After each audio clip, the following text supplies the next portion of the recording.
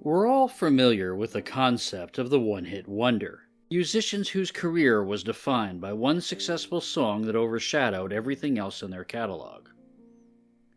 Sometimes, this happened to software companies as well, and during the early 1980s in Japan, one in particular would become rapidly famous, when a puzzle game about a warehouse worker took early computing by storm. Licensed to many other companies and systems, and with an absolute army of clones and imitations, it continues to show up in various ways to this day. But that's not where that company's story ended, as their creator would go on to make a series of detective, science fiction, and fantasy games that had their own unique identity and uncompromising design. This design would eventually end up alienating some of their fans, and audience frustrations, as well as a failure to develop similar hits for consoles, would result in this company eventually resorting to subcontracting on various titles over the years. But when you've got such a dominant design philosophy, the ideas and concepts shine through, even in collaborative works. Even if changing audience tastes, and the departure of their CEO, would eventually cause the company to stop releasing software and be absorbed into another developer. This is the story of Thinking Rabbit. As told to Login magazine in 1983, when future game designer Hiryuki Imabayashi was relaxing at home 3 years earlier, his visiting friend brought over a Sharp MZ computer. Too tired to carry the heavy object home, his friend left it in the house, and Imabayashi took an interest in it to the point of obsession, reading manuals and designing small programs, not really moving from that spot very much for the next 3 days, until he had programmed a simple lunar lander clone. He would buy a PC 8001 computer immediately afterwards, and continue to program on it, so much so that his immediate family began to take notice. His wife and her family ran a record store nearby, and encouraged Imabayashi to set up a kiosk there to sell these newly developed games. One title in particular began to get noticed by people in the record store, Sokoban, a simple, yet fiendishly difficult puzzle game about pushing boxes around in a warehouse to specific places. A tricky piece of software in which it was easy to get yourself locked into an unwinnable situation. With the game getting a lot of attention from the patrons in the store, Imabayashi took notice of its growing popularity, and while it has been widely reported that he would submit the game to a contest and win it, Imabayashi actually went in another direction to retain creative control, at least initially, packaging and selling the game himself. This would end up being greatly more successful than anticipated, and Imabayashi would use the money generated from sales and his own savings to form his own company, also hiring as staff his friends who worked from home and met with him weekly. Speaking in the interview, he states, "This business is unique in that you don't need much capital to get into it. It's relatively easy. It's far better to put that money to use and have unique experiences than to just let it sit there in a bank, right?" Sokoban itself is a deceptively simple game in its first iteration for the PC 8001. There are only 20 levels, with the first 10 being the block-pushing game we are all familiar with, and the last 10 having the rather cruel gimmick of false walls, a difficulty change that was not kept for most successive releases, although other level tricks would appear much later on. While Sokoban would start out as an independent release, Imabayashi would quickly partner with ASCII, and from that, many branches of Sokoban games would be developed, with each of them providing their own unique takes on the warehouse formula. The immediate sequel, Sokoban 2, would increase the difficulty and add more puzzles. This version would be ported to the West via eventual IBM engineer Caae Bentabal and the company Spectrum Holobyte. The developers of that version would go on to subcontract this license to other computer companies in the West, and iterations on that would be ported to the Apple II, Tandy-Color Computer, and Commodore 64, among others, spreading Sokoban wildly. In Japan, though, ASCII's promotion would mirror this strategy, and other box pushers would be developed and released fairly quickly. ASCII would port the title to the Famicom under the name Namida no Sokoban, loosely translated as Tears of the Warehouse Keeper, and add power-ups to the equation. Pony Canyon would produce portable versions based on Sokoban 2, and those would be known in the West as the Boxel series, adding on some amusing plot elements like saving the protagonist's girlfriend from an alien kidnapping in Boxel 2. They would also license out to competitor Sega, who would create Shiju Sadai no Sokoban, memorably retitled Shove It in the United States because it's the 1990s. And on the NEC side of things, they'd release the globe-trotting Sokoban World, adding the idea of level sets being set in different countries. And that game would be confusingly localized in the United States as Boxy Boy, as there was a separate release for arcades, made by Namco, that despite having the same title, plays quite a bit differently. Multiple level editors would be published in magazines, and an official release called Sokoban Toolkit would add memorization functions. Thinking Rabbit would collect their most popular puzzles in 1989's Sokoban Perfect, and add even more puzzles in 1991's Sokoban Revenge. 4 games for the PlayStation would be released as well, working with the company Unbalance. 2 of them were 3D versions of the original called Sokoban Basic, and there was a much more elaborate one called Kyu Kuoko no Sokoban, or Ultimate Sokoban. Ultimate Sokoban would adopt a claymation aesthetic for its game, and that ends up rather charming, particularly in the animated cutscenes that pop up periodically.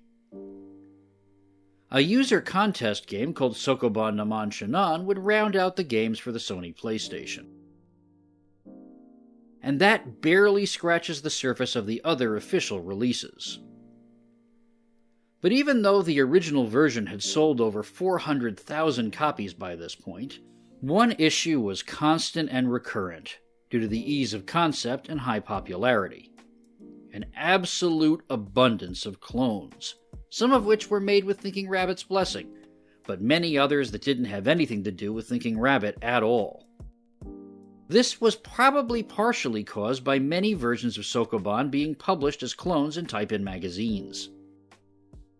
These clones would soon overshadow Sokoban's original version, with many games iterating off of the DOS version rather than the original. But while all of that was beginning to happen, Thinking Rabbit would develop a couple more puzzle titles for PCs and consoles. The ideas of Sokoban would be combined with the Match the Pipes idea of Pipe Mania, and that would give rise to their puzzle title TNT Bomb Bomb, in which you still have to arrange boxes, but now must establish a circuit as well so that a bomb can go off. Thinking Rabbit would also be part of the multi-group project led by Square for console development, Disc Original Group or DOG, and for that they would contribute a puzzle game called Jikai Shonen Met Mag, which is kind of a mix between a side-scroller and a reverse the polarity type game like Ikaruga, where you can select between 2 characters, one male, one female, somewhat of a novelty at the time, who when pushing a switch will invert their gravity. It's a fun, simple, and fast puzzle game, and a sequel of sorts would be developed in tandem with Outback called Hiden Inyo Kikoho Kada for the Game Boy as well. But despite this prior focus on puzzle games, a change in personal hardware would lead to Imabayashi becoming fascinated with another genre entirely. After the success of the first Sokoban, Imabayashi would replace his computer with an Apple II.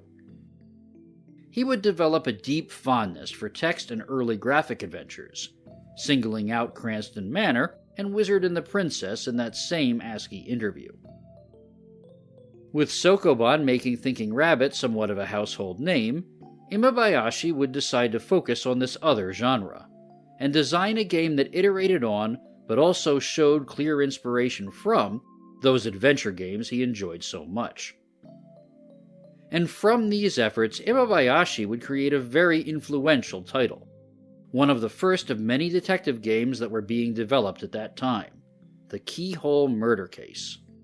Keyhole Murder Case has a couple of inspirations. In addition to the online systems games discussed earlier, one of the big influences was the game Deadline, as Infocom had achieved some success in Japan with ports of their text adventures, including Zork and Planetfall. Deadline was one of Infocom's more complex titles, in that it was a locked room murder mystery, which the player, as a detective, must solve by searching rooms and questioning suspects through a surprisingly robust for the time conversation system. Keyhole Murder would draw from this setup, and also take and improve upon the Roberta Williams classic Mystery House, and the Japanese game with the same title that was inspired from it made by Micro Cabin. Taking from Mystery House the basic plot and design, Cranston Manor's more realistic layout, the Japanese Mystery House's puzzles, and Wizard and the Princess's larger number of locations. Frustrated by the lack of graphics in games like Deadline, Imabayashi would draw his own here, and a hidden text command would even allow some basic color to be added to the graphics, at the sake of greatly slowing the rendering speed. Also taking a cue from Western game companies, Thinking Rabbit would run a hint line for these adventure games, one that Imabayashi himself would occasionally help out with. The setup for the game is that the player is a detective from Scotland Yard called in to investigate threats made to the head of a manor named Giles Wilcock. But just upon arriving at the door, sounds of violence are heard. Running up the stairs, the detective finds a locked door and controls are handed to the player. Typing in "look in the keyhole," the only hint the manual gives you, the detective sees the corpse of Giles Wilcock, and the game begins. A word about the text parser. This game existed in the period between the earliest text adventures that tended to accept English commands, and ones that would either use phonetically typing kana or a command-based system. What that means is, you can type in katakana only in this game, and not only that, you need a Japanese keyboard to do so, because certain characters, like Ro, will not work unless you have a 109-key keyboard to interpret them. Even third-party software utilities and registry reassignment didn't work here, so if you want to play this game, please use a Japanese keyboard and Japanese IME settings in Windows in order for it to function properly. Searching the mansion, the player begins to solve esoteric puzzles that indicate a series of secret passages around the manor, and finds other mysterious objects about the estate, like diaries with the pages ripped out and keys hidden in strange places, like jars, or in one memorable puzzle, cooked inside a piece of ham. While Deadline had the characters moving around locations in the game and pursuing their own agendas, Keyhole Murder Case allows you to summon any suspect with a press of one of the function keys, although interrogation consists of presenting evidence exclusively, rather than Deadline's more robust interrogation system. Imabayashi did try to copy that for this game, but memory limitations due to the graphics caused it to not function at all, and this was the compromise that he had to come up with. Keyhole Murder Case's major strength is its pacing. The drawn backgrounds give a kind of eerie, isolated atmosphere despite being very basic, and the bizarre traps, contraptions, and parts of the crime, involving a poisoned clock, a man faking his own murder, that man being discovered later buried above a much older skeleton, and other oddities, keep the tension up. Once you do the interrogations, though, and the crime is laid bare with minimal input from the player, the coincidences pile up a bit too much, even for a murder mystery, and it weakens the game a little bit. But it's more about the journey than the destination in this title. This is, after all, one of the earliest detective games, and its most lasting contribution may have been its pace of investigation and confrontation, something that would become a bit more refined in the games that would come after it. This specific rhythm of investigation and interrogation reminded me very strongly of the Phoenix Wright games, and for players of that series, the next game from this creator will seem a bit familiar, even if the memories may not be that positive. Released in 1985, the Clown murder case continues the investigations of the detective from Keyhole murder. And we can already see some major improvements. First off, there's full-color graphics now, with much more detail across many more locations than the first game. The parser is also much tighter, and the puzzles are minimal. Talking to suspects has also been greatly expanded, more resembling Deadline's question-based interrogation system. This time around, it's up to the player to solve an extremely complicated mystery, involving sedation, poisoning, terminal illness, blackmail, medical malpractice, and forged papers. The plotting is tighter, with a slow beginning leading to plot revelations that constantly reframe your impression of the situation. But you do get the feeling that Imabayashi was trying to outdo Keyhole murder here, with more suspects, more locations, and more twists.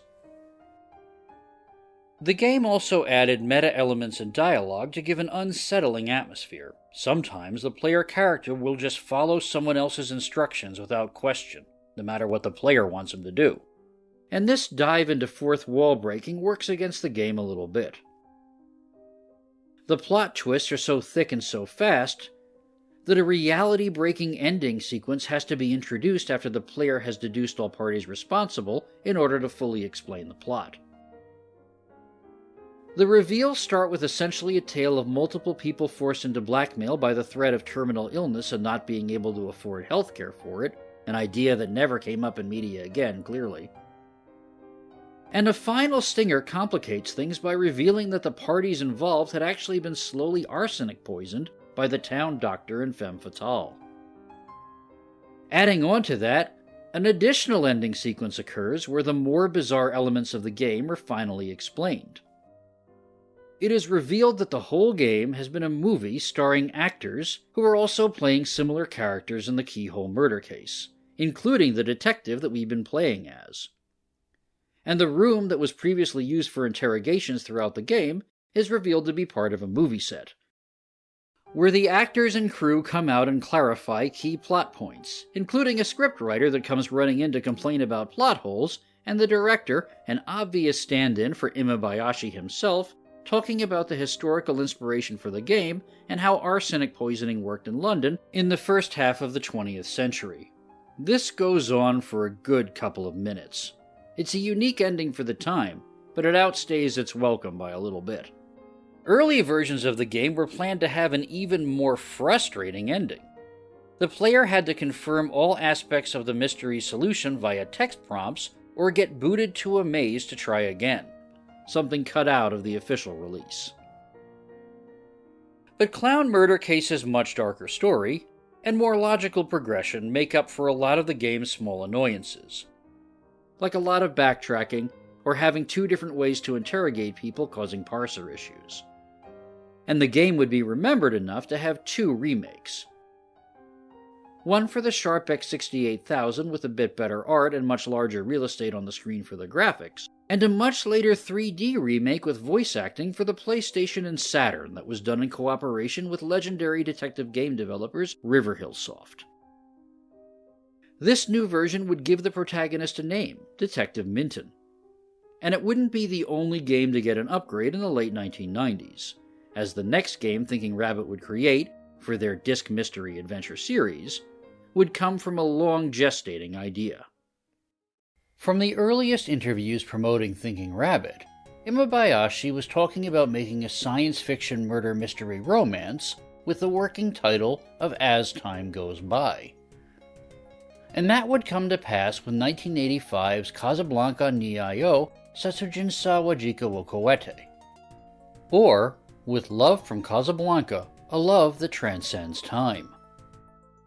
As you'd expect from a game that heavily features Bogart and Bergman on the cover art, and has the name of the film in the game title, it's a very loose film adaptation that actually has nothing to do with Casablanca at all, and instead takes elements heavily from films based on works from authors Nicholas Meyer and Richard Matheson, such as Jack the Ripper vs. H.G. Wells' film Time After Time, and most strongly from the underrated and extremely sad Christopher Reeve self-hypnosis time travel romance, Somewhere in Time.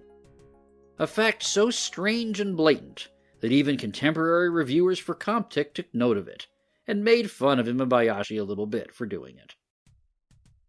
The first thing you notice when playing Casablanca is the beautiful black and white line drawings that make up the screen, giving everything a cozy storybook feel. The second thing you notice is that because this game was in development for so long, it doesn't have some of the better text parser options that Clown Murder Case did. And there's a lot more exploration to collect items, making it feel a bit between the two games in terms of evolution, despite coming out later on. The basic setup of the game is that Jerry Randolph, a reporter from a newspaper called the Daily Casablanca, has received word that one of her best friends has gone missing.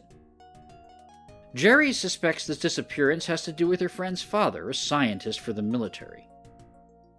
With her partner Roy in tow, the two travel to rural Illinois only to find that the professor has been murdered. In order to solve this, they will have to examine the crime scene, talk to locals, and travel through 3 different time periods, all while uncovering their own roles in what is happening and inadvertently creating their own timeline and future. Despite the suspenseful setup, this is honestly the most low-key of the Thinking Rabbit games thus far, with most of the game spent talking to people and trying to enter houses to search for items.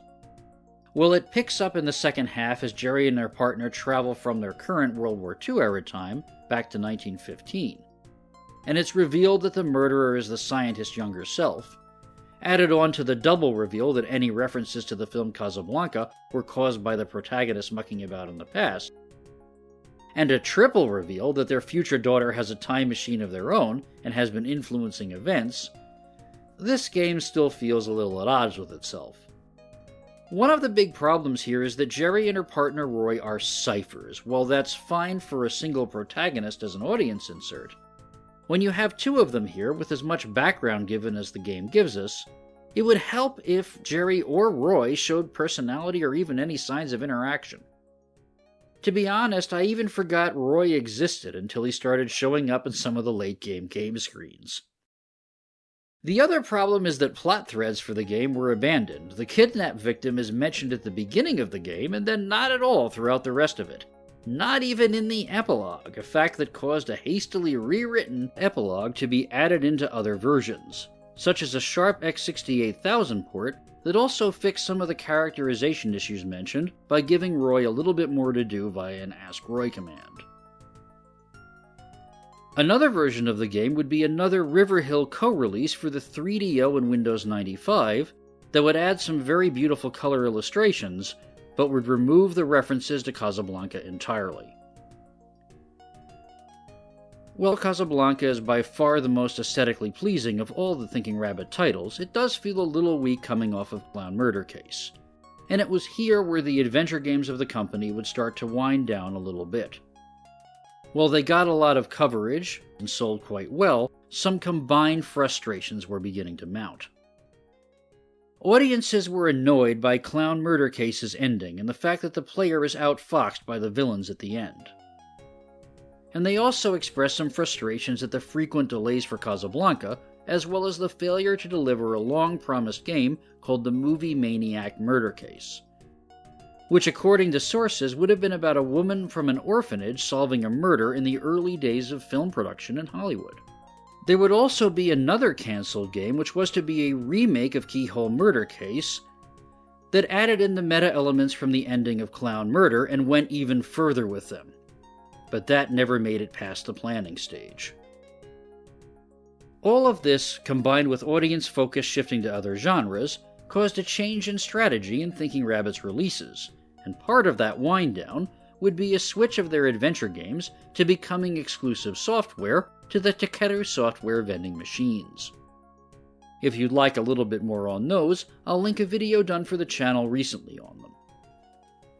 3 titles would come out on the Takeru vending machines, and they definitely show signs of a reduced budget and scope, but would still get a lot of coverage in Comptick especially, and would continue Imabayashi and Thinking Rabbit's love for adaptation.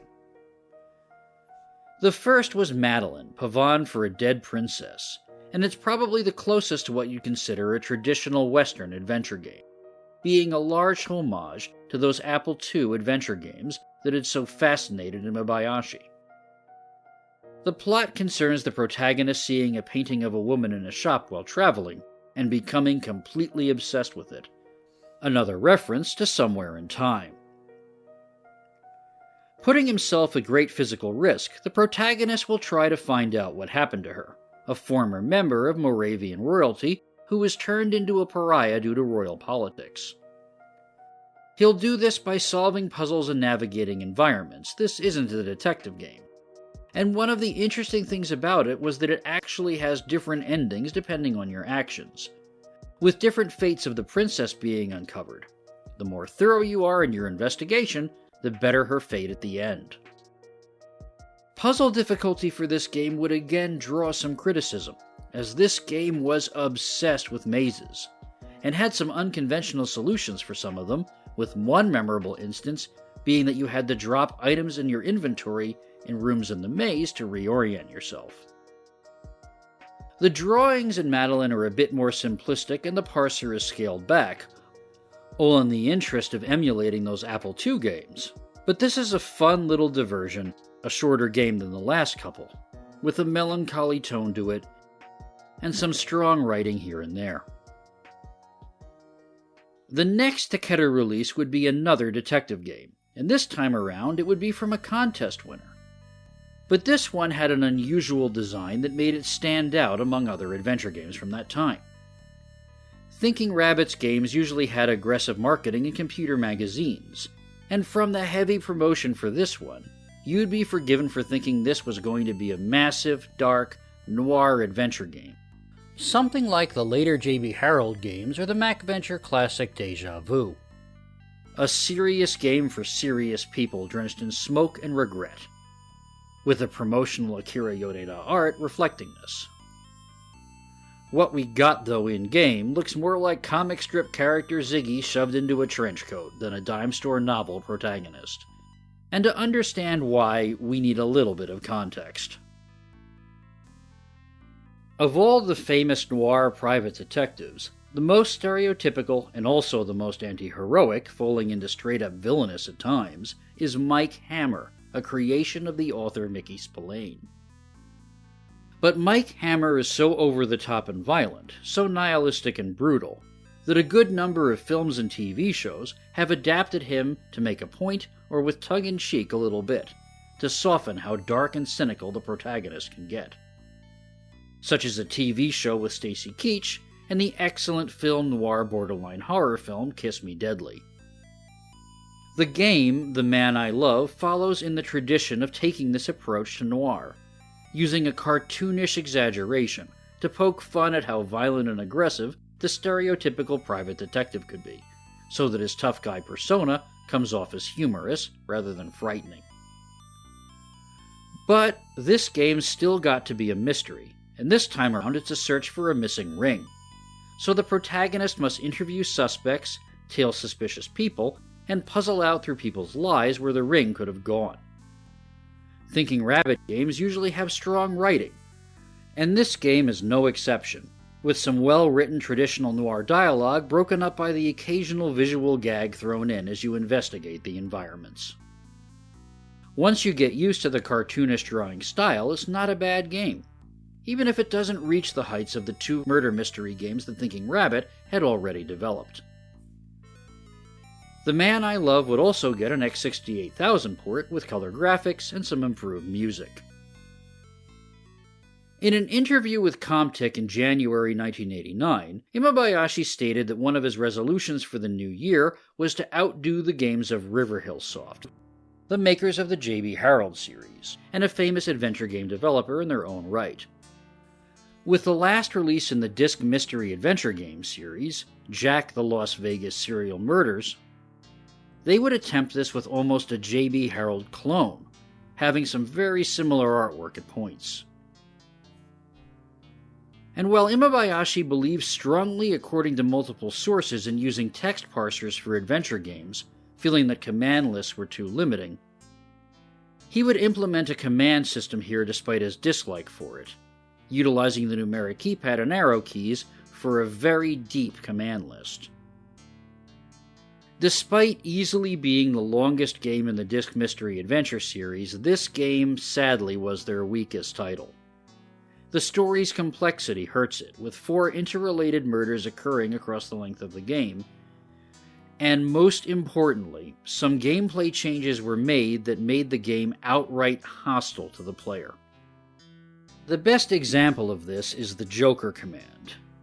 In the menus, there is an additional command called Joker that is essentially an intuition button, used to persuade people to give more information or get more data about an object you're examining.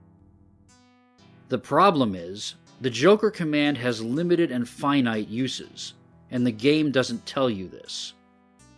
This usage is so restrictive that if you use Joker at the wrong time or over the finite amount, you are locked into a try again screen right before the end of the game with no warning that was going to happen beforehand, and must start over to achieve the actual ending.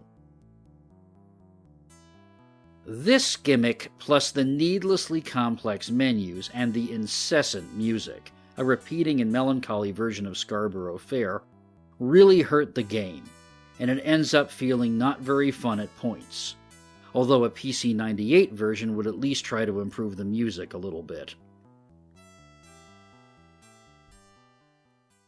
This game would end the Disc Mystery Adventure series, but there would actually be a couple of attempts at reviving Thinking Rabbit's adventure games in the era of the PlayStation and Saturn beyond what we've already covered. Sadly, though, they have a reputation as being terrible. Nonetheless, they continue to try something different, and the games from these attempts are worth looking at just for that, even if both titles fell flat on their faces. The first, Detective Minakata Appears, is a kind of FMV adventure game where Detective Minakata, a reference to Detective Minton, the name retroactively given to the Keyhole murder protagonist in the PlayStation and Saturn remakes, is training students in crime solving. To do this, him and his students will watch videotapes and discuss the evidence presented with each other. What hurts this game, though, are 2 major missteps. The first is the choice to use limited animation of clay puppets to portray the characters. While this worked very well for Sokoban Ultimate, and were intended again to be fun animated renditions, the increased realism here makes them look incredibly creepy. Going from Wallace and Gromit to we have Tool videos at home. The other is the lack of interaction, making things just feel like a random clickfest. Imabayashi's frustrations about not being able to use text parsers and how he found graphics interfaces to be too railroading would come back to haunt him here badly, as that's exactly what happens. And yet, the whole concept of this game would be done better years later in indie hit Her Story, and the idea of searching through documents to uncover a story would also be more interestingly implemented in the Serial Experiments Lane PlayStation game. So the idea was sound. But the execution backfired here, and this game did not do well in Japan at all. However, it would pale in public memory to their Saturn game called Ryuteki Gosenin, Dragons of China. A visual novel with odd art, something about this game did not click from the get-go. These characters don't feel engaging or surreal, just annoying, and everyone in the game feels kind of unlikable.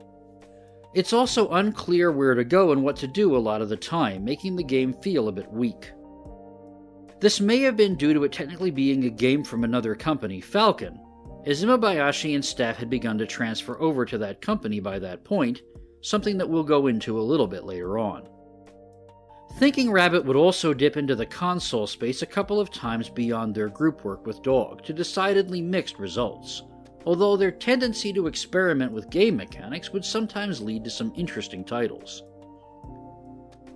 8 Eyes is a side-scrolling action-adventure game that took a lot of cues from Castlevania and Mega Man, but it does have a very unique feature that livens things up a bit: multiplayer, with the first player controlling the protagonist of the game, and the second controlling his pet falcon. Additionally, the regional localization differences between versions of 8 Eyes are also a bit amusing. In the original Japanese version, the ancestor of James Bond and his pet falcon must travel around the world to stop a cult. This would change to a more standard post-apocalyptic quest in the Western versions.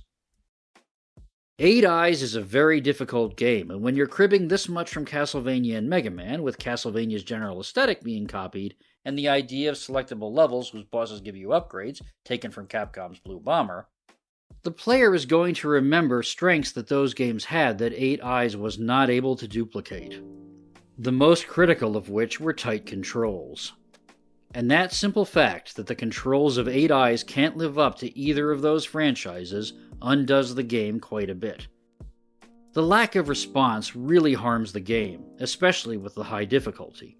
And while I don't think the game is as bad as its reputation, it pales in comparison to the games that it imitated. Speaking of Mega Man, Thinking Rabbit would do some coding for the Game Boy port of Mega Man 2, but the exact nature of this has been disputed. However, this kind of work was actually fairly common for the company, especially after the switch to more aggressively pursuing the Takeru machines. And Thinking Rabbit would also work on development for games released by other software makers, with their level of involvement varying wildly from title to title. Sometimes it was subcontract work, and other times they were the main developers of the game.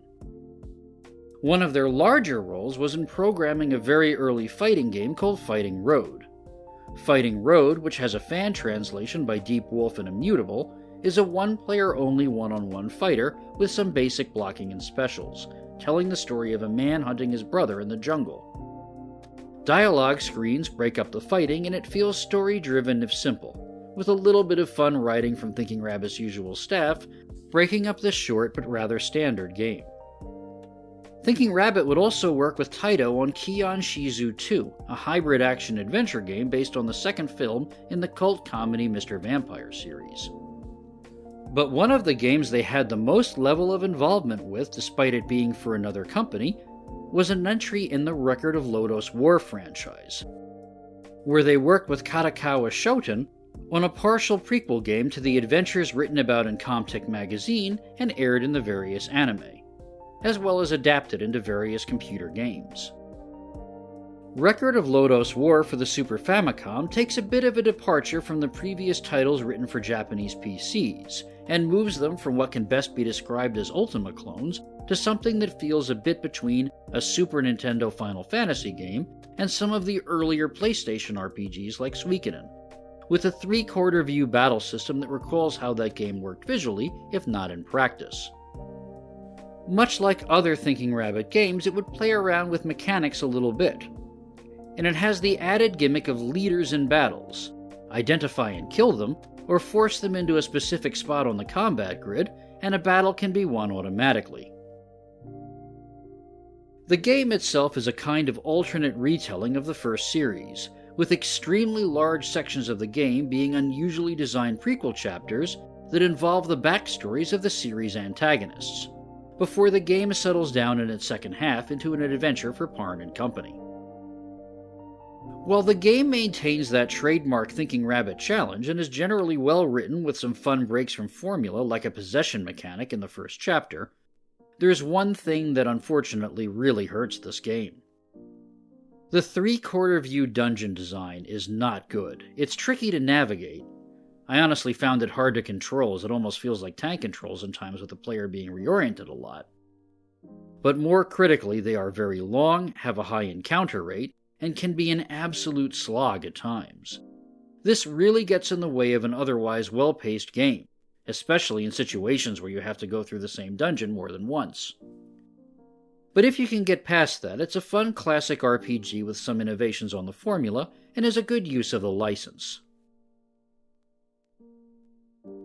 Something a bit closer to the Lodoss PC games, and remarkably closer to the Shin Megami Tensei games, was Ooparts, an RPG developed in conjunction with Office I and released by Takara. Somewhere between a Shin Megami Tensei game and Soft Studio Wing's more post-apocalyptic entries, this first-person RPG allows you to select from multiple protagonists as they investigate why all of Japan has been wrecked and thrown into space, as the usage of out-of-place artifacts has summoned demons into the world. While the game is rather obscure, even in Japan, it has a surprising amount of talent in it, who would also work on Dragons of China later on but have much more successful results here.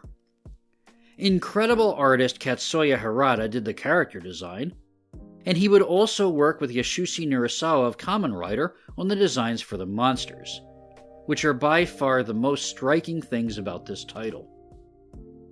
The game itself is a first-person dungeon crawler with an overhead map for non-dungeon sections, and a lot of strange characters the player can interact with.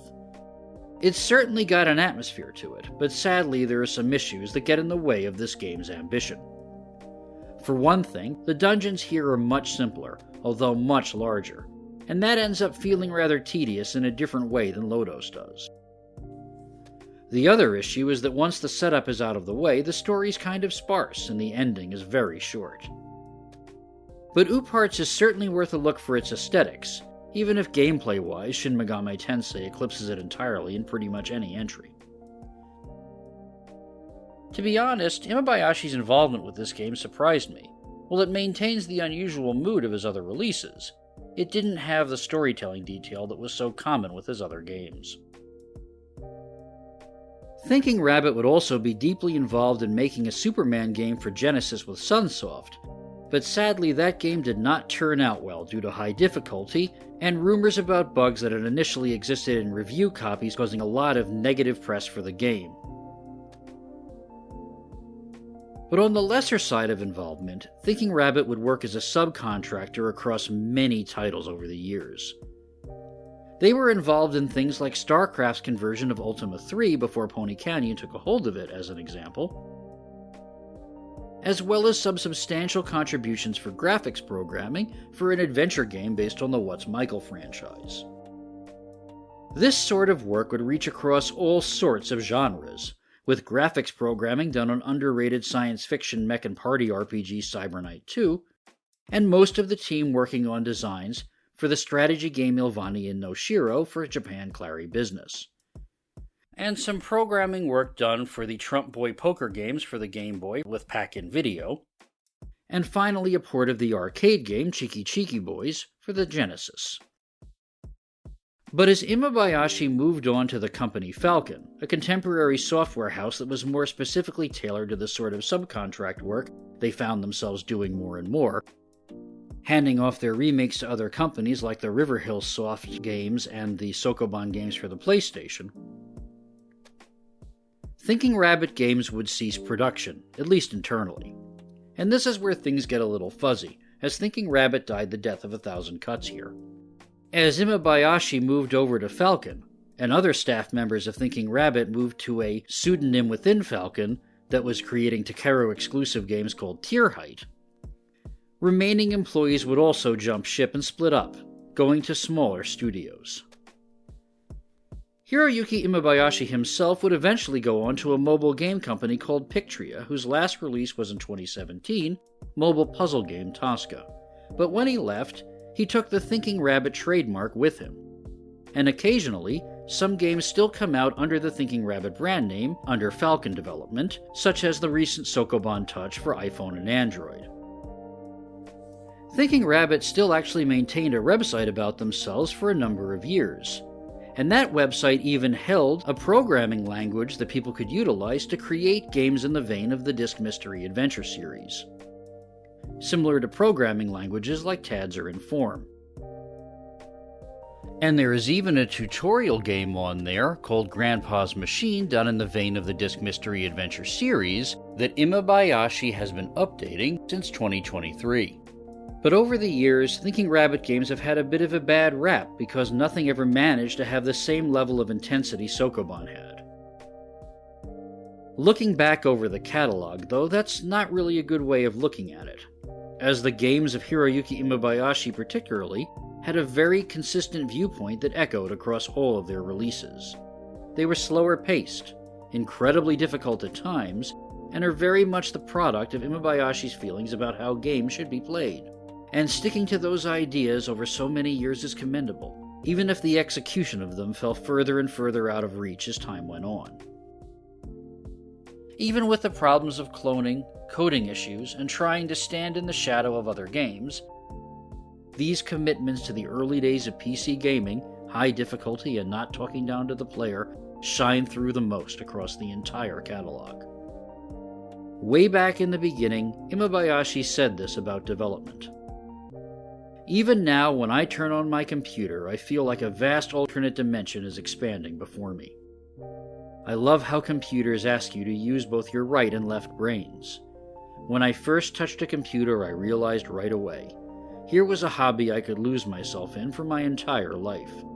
I had no idea I'd end up being so swamped with work like this, though. See you next time.